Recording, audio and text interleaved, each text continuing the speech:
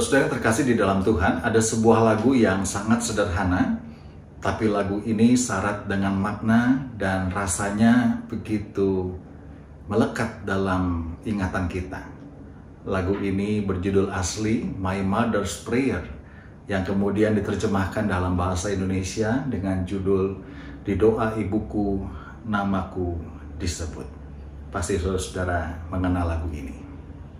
Sesuai dengan judul aslinya, lagu ini menggambarkan betapa besarnya kasih dan perhatian seorang ibu bagi anaknya, yang dia tunjukkan dengan doa-doa yang dia sampaikan kepada Tuhan.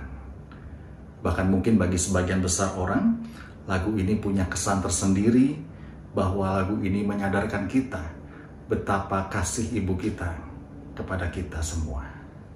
Nah, Bapak Ibu Saudara yang terkasih di dalam Tuhan, memang lagu ini tercipta berdasarkan kisah atau pengalaman hidup seorang penciptanya, yaitu Peter Bilhorn. Peter Bilhorn adalah seorang anak laki-laki yang ketika baru berumur 3 tahun harus kehilangan ayahnya saat terjadi perang saudara di Amerika. Karena itu dia hanya tinggal dengan ibunya dan saudara laki-lakinya di sebuah rumah yang sederhana. Dari umur ke-8 tahun, Peter harus meninggalkan sekolahnya demi membantu ibunya untuk menghidupi keluarga. Dari umur 15 tahun, mereka harus pindah ke Chicago. Di sanalah Peter dan adiknya menjadi tukang gerobak. Dan layaknya sebagai seorang anak remaja, tentu ada kenakalan-kenakalan yang dilakukan oleh Peter dan bahkan mungkin sampai melukai hati ibunya. Nah, suatu kali ketika di malam yang dingin, Peter baru saja tiba di rumahnya. Saat itu sudah larut malam, dia pun masuk dengan perlahan-lahan dengan harapan tidak membangunkan ibunya yang sudah tidur di kamar bawah. Tapi ketika dia sedang melewati kamar ibunya, disitulah Peter melihat ibunya sedang berlutut dan berdoa. Dan Peter berusaha mendengarkan apa yang didoakan oleh sang ibu. Ternyata di dalam doanya itulah ada nama Peter disebut. Ibunya berdoa, Tuhan tolong Peter, sertai Peter dimanapun ia berada. Sertai Peter supaya ia boleh pulang dengan selamat. Lindungi Peter, berkati Peter masa depannya. Peter, dan seterusnya. Begitu banyak nama Peter disebut dalam doa ibunya. Saat itulah Peter sadar betapa ibunya sangat mengasihinya, bahkan menyebut namanya berulang-ulang di dalam doanya. Akhirnya Peter pun naik ke atas ke kamarnya, dan dia pun menangis terharu. Dan rupanya kejadian ini sangat membekas di hati Peter. Dan ketika dia sudah beranjak dewasa, dia pun menulis 4 bait syair lagu yang menceritakan pengalaman itu. Peter mengerti bahwa doa ibunya pada malam itu adalah gambaran betapa ibunya sangat berharap kelak dia menjadi anak yang baik. Dia menjadi orang yang sukses dan berhasil. Dan ibunya juga berharap agar Tuhan memakai Peter di ladang Tuhan. Tahun demi tahun berganti, dan ternyata benar, doa ibunya dijawab oleh Tuhan. Peter dipakai Tuhan untuk menyanyi. Peter memiliki suara yang sangat indah, dan akhirnya Peter mendedikasikan hidupnya untuk Tuhan dengan menyanyi dan memimpin paduan suara dalam kebaktian-kebaktian kebangunan rohani bersama dengan pendeta Billy Sunday, seorang pengkhotbah terkemuka pada saat itu. Bahkan pada tahun 1900, Peter berkunjung ke London dan memimpin paduan suara yang terdiri atas 4.000 orang di Crystal Palace, dan dia diundang oleh Ratu Victoria untuk menyanyi di istana Buckingham. Peter telah mengarang lebih dari 2.000 lagu rohani, dan salah satu lagunya yang begitu terkenal yaitu My Mother's Prayer.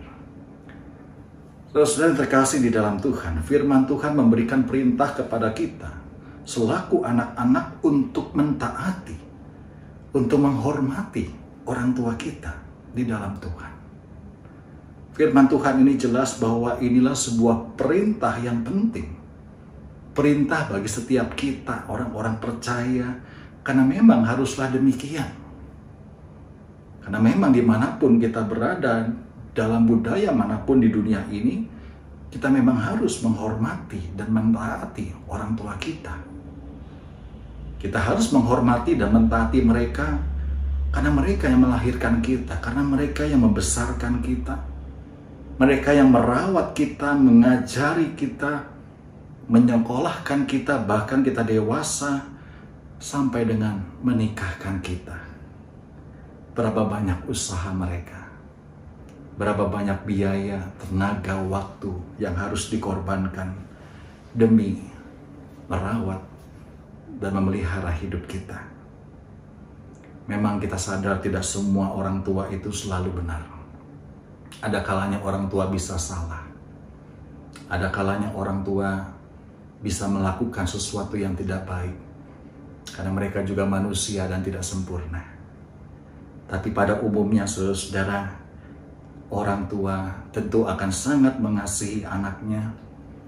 Bahkan dalam Lukas 11 ayat 11 dikatakan, tidak ada orang tua yang akan memberikan ular ketika anaknya minta roti. Itu sebabnya saudara, bersyukurlah ketika hari ini orang tua kita masih hidup. Itu berarti masih ada kesempatan bagi kita untuk menghormati dan mentaati dan mengasihi mereka.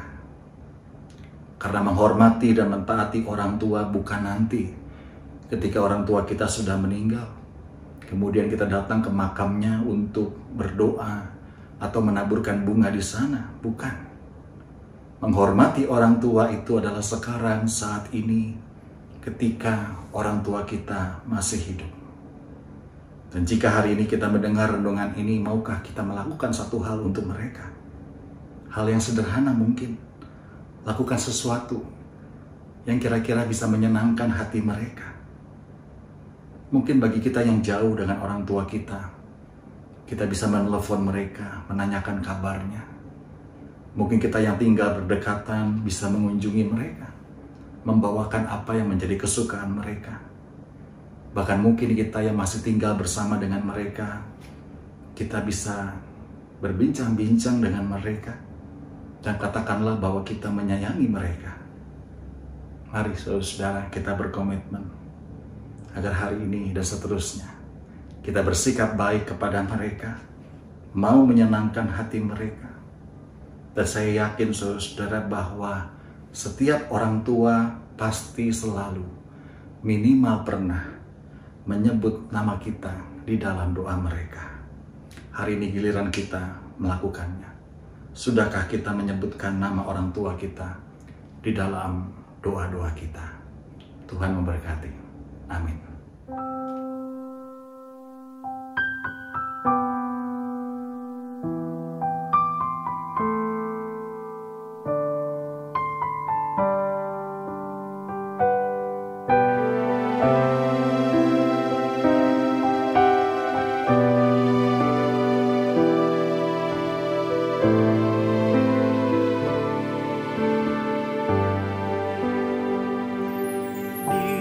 Waktuku masih kecil, gembira dan senang, tiada